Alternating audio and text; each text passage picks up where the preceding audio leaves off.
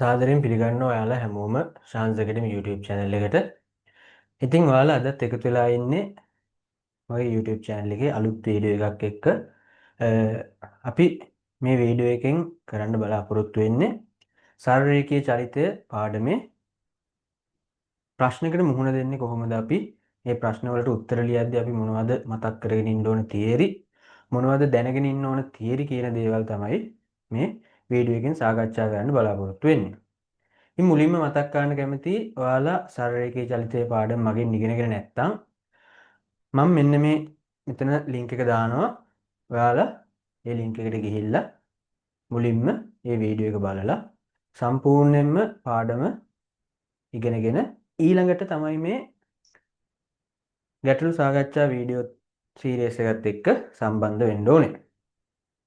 හරි. අපි වැඩි කතා නැතුව අද ගැටලුවට යම්. මේක සරලරේඛීය චලිතය සම්බන්ධ ගැටලුවක්. අපි මේ ගැටලුව විසඳලා බලමු කොහොමද මේ සරලරේඛීය චලිතය ගැටලුවකට මුහුණ දෙන්නේ කියලා. මම ඔයාලට ස්ක්‍රීන් එකේ පල්ලෙහා يعني පැත්තෙන් පෙන්නනවා ගැටලුව. ඔයාලට මේ ගැටලුව එතනදී බලා ගන්න පුළුවන්.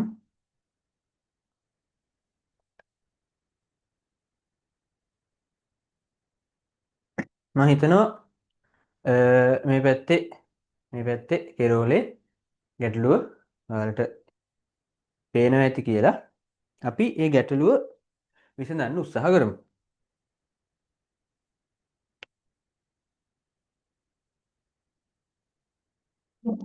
අපිට කියලා තියෙන්නේ x හා y සිසුන් දෙදෙනා A නගරයේ සිට B නගරයට යෑම සඳහා භාවිතා කළ මාර්ග සටහන පහත දැක්වේ කියලා. A නගරයේ ඉඳන් B නගරයට යන්න පාවිච්චි කරපු පාර මෙයාලා අපිට දීලා තියෙනවා. මම ඒක මේ විදිහට ඇඳ ගන්නවා. අපි මේ පැත්තේ මෙහිම රූපේ ඌ අකුරක් දාලා තියෙනවා. මේකෙන් කියන ළමයි දැන් මේ ගාන හදාගෙන යද්දි අපි මේ උඩ අතට තියෙන දිශාව උතුරු දිශාව ලෙස පාවිච්චි කරන්න ඕනේ කියන එක. ඒ කියන්නේ අපි මේ ගානට සාපේක්ෂව මේ බෝඩ් එකේ උඩ පැත්තට උතුර කියලා තමයි ගන්නෙ. එතකොට දැන් අපිට A වල ඉඳන් B දක්වා යන පාර මෙයාලා දීලා තියෙනවා. මුලින් මෙහෙම සරලරේඛීයව යන පතයක් තමයි දීලා තියෙන්නේ. ඊළඟට විවිධ හැඩ සහිතව මේ විදිහේ මාර්ගයක් පෙන්වලා තියෙනවා. එයාලා මේ සරලරේඛීය මාර්ගය මේ අතට y කියලා දාලා තියෙන්නේ. අනෙක් පාර x විදිහට දාලා තියෙනවා. මේකේ මෙයාලා දීලා තියෙනවා මීටර් 500යි. ඊළඟට මේ පාර මීටර් 800යි කියලා දීලා තියෙනවා.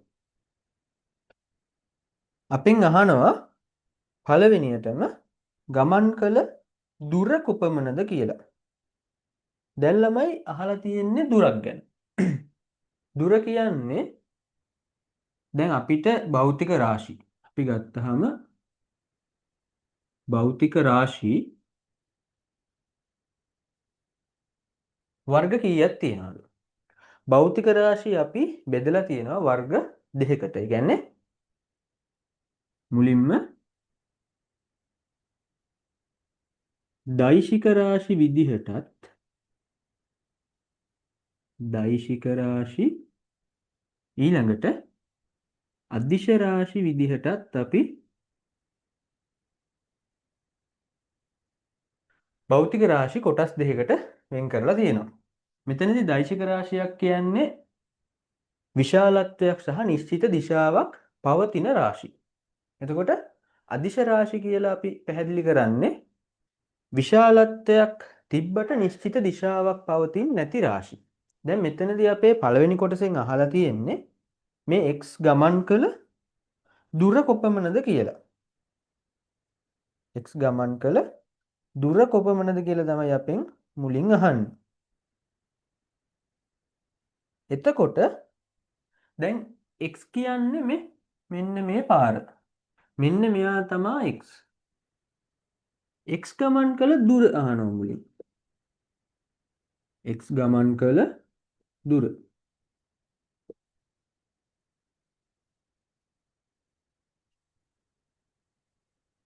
දැන් ළමයි x ගමන් කළ දුර හොයන්න අපිට 아무තු දෙයක් ඕනේ නැහැනේ. දුර කියන්නේ අදිශයක්. නිශ්චිත දිශාවක් නෑ මේ. විවිධාකාර පැතිවලට හැරි හැරි තමයි මේ x කියන පුද්ගලයා x කියන සිසුවා මේ A වල A ලක්ෂයේ ඉඳන් B ලක්ෂයට ආවේ. තේරුණාද? එතකොට මේ x ගමන් කළ දුර වෙන්නේ මේ එයාගේ ගමන් පතේ දිග. එයාගේ ගමන් පතේ දිග අපිට දීලා තියෙනවා මීටර් 800යි කියලා. එතකොට x ගමන් කළ දුර මීටර් 800ක් කියලා අපිට ගන්න පුළුවන්. ඊළඟට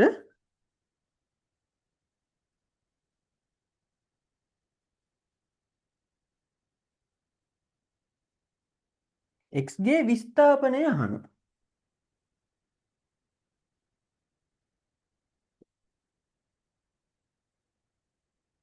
x ගේ විස්ථාපනය හොයන්න කියලා අපෙන් දෙවෙනි ප්‍රශ්නය අහනවා. දැන් ළමයි x ගේ විස්ථාපනය මොකද්ද? දැන් ඔයාලට පැහැදිලිව පේනවා මේ A ඉඳන් B වලට තියෙන සරල රේඛීය දිග මීටර් 500යි කියලා. දැන් ඒක මෙයාලා පෙන්නලා තියෙන්නේ y යන පාර විදිහට. දැන් ලක්ෂ දෙකක් අතර තියෙන සරල රේඛීය කෙටිම දුරට නේද විස්ථාපනය කියලා කියන්නේ. එතකොට මේ A වල ඉඳන් B වලට x මේ පාරේ ගියා y මේ පාරේ ආවා. නමුත් අන්තිමට වෙලා තියෙන්නේ x උනත් y උනත් මේ A ලක්ෂයේ ඉඳන් B ලක්ෂය දක්වා ආපු එක නේද? එතකොට A ගේ උනත් ඒ කියන්නේ x ගේ උනත් y ගේ උනත් විස්ථාපනය වෙන්නේ ළමයි මේ A වල ඉඳන් B වලට තියෙන කෙටිම සරල රේඛීය දුර. එතකොට කෙටිම සරල රේඛීය දුර වෙන්නේ A වල ඉඳන් B වලට මීටර් 500යි. එතකොට x ගේ විස්ථාපනය මීටර් 500යි. මොකද x මේ විදිහේ එක එක හැරිච්ච පාරක ගියාට අන්තිමට x ඉන්නේ A වල ඉඳන් B කියන ලක්ෂයේ මීටර් 500ක් දුරින්. ඒ දුරට අපි කියනවා විශේෂ අවස්ථාවක් විදිහට විස්ථාපනය කියලා. එතකොට x ගේ විස්ථාපනය වෙන්නේ මීටර් 500යි. දැන් හරිම නිවැරදිම උත්තරයක් ලියනවා නම් ළමයි අපිට දැන් මෙතන විස්ථාපනයක් නේ අහලා තියෙන්නේ. විස්ථාපනයක් ඇහුවාම අපිට පුළුවන් ද නිශ්චිත දිශාවක් කියන්න නැතුව ඉන්න. එතකොට අපිට පුළුවන් මේ විස්ථාපනයට දිශාවකුත් දෙන්න දැන්. මේ විස්ථාපනයට දිශාවක් දෙනවා නම් අපිට පුළුවන් මෙයා A වල ඉඳන් B වලට යාවේ. එතකොට අපිට පුළුවන් මේ A අකුර මුලින් ලියලා B අකුර ඊළඟට ලියලා A B දිශාවට කියලා උත්තරේ දෙන්න පුළුවන්. තේරුණාද? AB දිශාවට 500ක් මීටර් AB දිශාවට තමයි මෙයා විස්ථාපනය වෙන්නේ. ඊළඟට අපේ තුන්වෙනි කොටසෙන් අහනවා y ට A නගරයේ සිට B නගරයට යෑමට තප්පර 40ක් ගත වියලු. ඔහුගේ ප්‍රවේගය සොයන්න. y යන්නේ ළමයි මේ සරල රේඛීය මාර්ගයනේ. y යන්නේ මේ සරල රේඛීය මාර්ගය. මම මේ හරිය පාවිච්චි කරන්න තුන්වෙනි කොටස හදන්න ඔයාලට. තුන්වෙනි කොටසෙන් අහන්නේ මේ y ගේ ප්‍රවේගය. එතකොට y ට යන්න ගත වෙච්ච කාලය යාලා දීලා තියෙනවා තප්පර 40යි කියලා. A වල ඉඳන් B දක්වා. මෙතන හිටපු y මේ පැත්තට ඊළඟට මෙතෙන්ට එන්න ගියාලු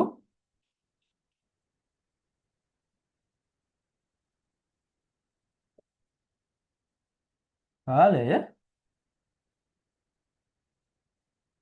තප්පර 40යි කියලා. වයිට ගත වෙච්ච කාලය තප්පර 40යි. අපෙන් අහන්නේ ප්‍රවේගය. ප්‍රවේගයට ඔයාලා මං උගන්වලා තියෙනවා සූත්‍රයක්. ප්‍රවේගය හොයන්න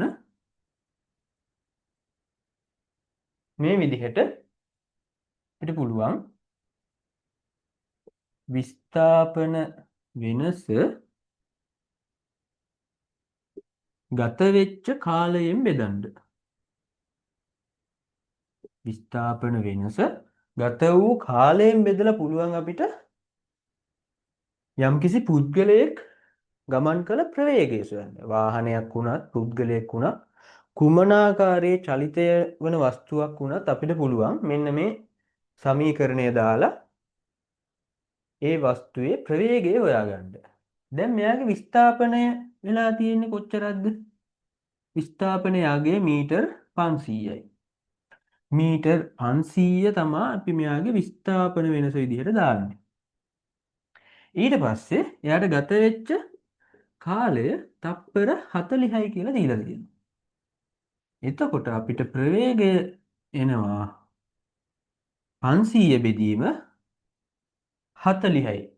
540න් බෙදුවාම බිඳුවට බිඳුවක් කැපෙනවා. 50 බෙදීම 4යි කියන්නේ 12.5 ms ඍණ 1. මේ ms ඍණ 1 කියන ඒකකේ ආපු විදිහ දැන් මේ ඉරෙන් යට තියෙනවා තප්පර. ඉරෙන් යට තප්පර. මේ තප්පර කියන S අකුර උඩට එනවා. ඉරෙන් උඩට එනවා. ඉරෙන් උඩට ආවහම මෙයාගේ මෙතන මෙච්චර වෙලා තිබ්බේ ධන එකක්.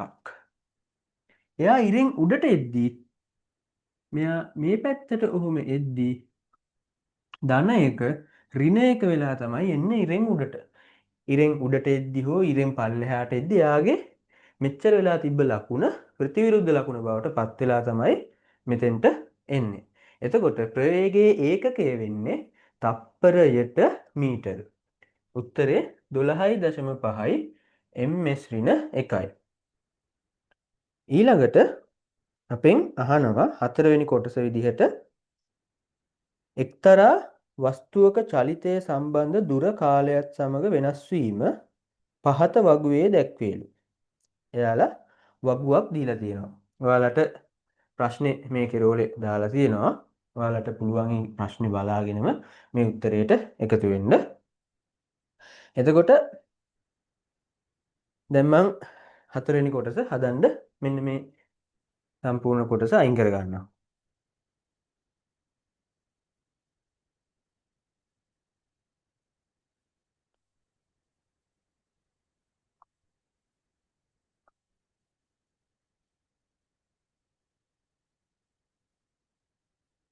ඔයාලා ළමයි වීඩියෝ එක බලාගෙන යද්දී අපහසු තැනක් තේරුම් ගන්න අමාරු තැනක් තියෙනවා නම් කමෙන්ට් එකක් විදිහට දාන්න. එහෙම නැත්නම් මේ ඉහළ කෙරවලේ මගේ WhatsApp නම්බරේ තියෙනවා. ඔයාලට ඕන ප්‍රශ්නයක් එකකින් අහන්න පුළුවන්. ඒ විදිහට වැඩ ටික කරගන්න. හරි. අපි යන් හතරවෙනි කොටසට. දැන් මම මේ වගුව ආයේ අඳින්න යන්නේ නැහැ මෙතන. අපිට හතරවෙනි කොටසෙන් අහන්නේ එක්තරා වස්තුවක චලිතයේ ඒ චලිතයේ දුර කාලයත් සමග වෙනස් වෙන එක එයාලා මේ වගුවකින් දීලා තියෙනවා. අපෙන් අහන්නේ ඒ කොටසෙන් ඉහත චලිතයේ සම්බන්ධ ප්‍රස්ථාරය කොටුව තුල අඳින්න. දැන් ළමයි කාලය බිඳුවේ ඉඳන් තප්පර 5 දක්වා වැඩි වෙලා තියෙනවා. එතකොට ඒත් එක්කම දුර මීටර වලින් යාලා දීලා තියෙනවා. තප්පර බිඳුවේදී බිඳුවයි. ඒ කියන්නේ ආරම්භක ස්ථානයේ නිශ්චලව ඉන්නවා. ඊට පස්සේ කාලය ගත වෙනවත් එක්ක 5 10 15 20 25 කියන විදිහට එයා දුර වෙනස් කරගෙන තියෙනවා. දැන් මෙතනදී අපිට දුර කාලයත් සමග වෙනස් වීමනේ අඳින්න කියන්නේ ප්‍රස්ථාරයක් කොටුව තුල අඳින්නලු. මේ පැත්තේ මේ කෙරෝලේ දීලා තියෙන කොටුවේ අඳින්න කියලා තමයි එයාලා ප්‍රශ්නේ දීලා තියෙන්නේ. මෙහෙම අඳිමු. ඒ කොටස එතකොට අපි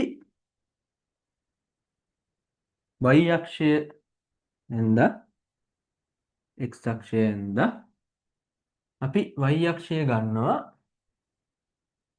දුර විදිහට මීටර වලින්. ඊළඟට x අක්ෂය කාලය තප්පර වලින් අපි ලකුණු කරගන්නවා. එතකොට දැන් අපි මෙන්න මේ මූල ලක්ෂයේදී මෙතනදී බිඳුවයිනේ. එතනදී කාලයත් බිඳුවයි දුරත් බිඳුවයි. කාලය අපි මුලින් ලකුණු කරගෙන ඉමු. තප්පර 1යි. තප්පර 2යි. තප්පර 3යි. තප්පර 4යි. මොන තප්පර 5යි. පළවෙනි තප්පරේ ගත වෙද්දී ආ මීටර් 5යි. දෙවෙනි තප්පරේදී මීටර් 10යි. 15යි. 20යි. පස්වෙනි තප්පරේ වෙද්දී මීටර් 25ක් එයා දුර ගමන් කරලා තියෙනවා. එතකොට අපිට ප්‍රස්ථාරය අඳින්න පුළුවන් මෙන්න මෙතන.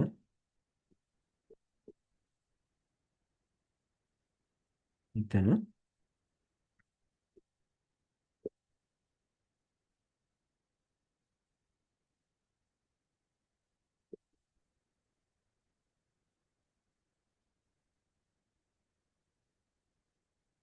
මෙන්න මේ විදිහට ඔයාලට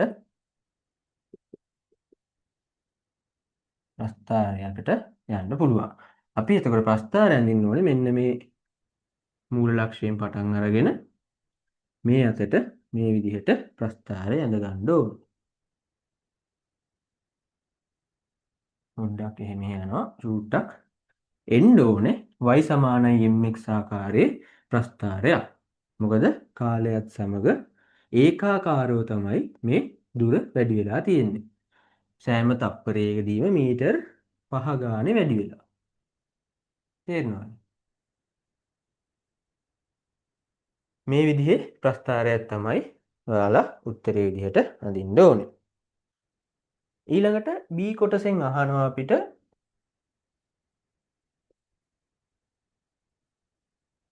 පළමු තප්පර 3ේදී එහි වේගය කොපමණද?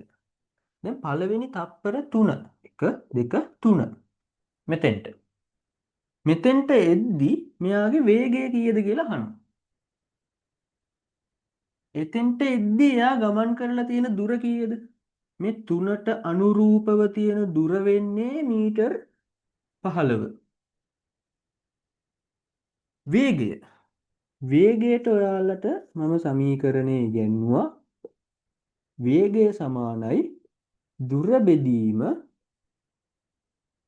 කාලය. වේගය සමානයි දුර බෙදීම කාලය. දැන් ළමයි තප්පර 3ේදී කියලානේ අපෙන් අහන්නේ. තප්පර 3ේදී මෙයාගේ දුර කීයද? තප්පර 3ේදී යාගේ දුර මීටර් 15යි. දුර මීටර් 15යි. ඒ දුර ගමන් කරන්න තප්පර 3ක් ගත වුණාලු. 15 බෙදීම 3යි. 15 3ෙන් බෙදුනහම වේගය වෙනවා විශාලත්වය 5යි. වේගයේ ඒකකය වෙන්නේ අපි ගත්තු ප්‍රවේගයේ ඒකකයමයි තප්පරයට මීටර්. 5යි ms දින 1යි. මේ තමයි ප්‍රස්ථාරය ඇඳෙන්න ඕන විදිහ. මම හිතනවා ඔයාලට සම්පූර්ණ පැහැදිලි ඇති කියලා වීඩියෝ එක.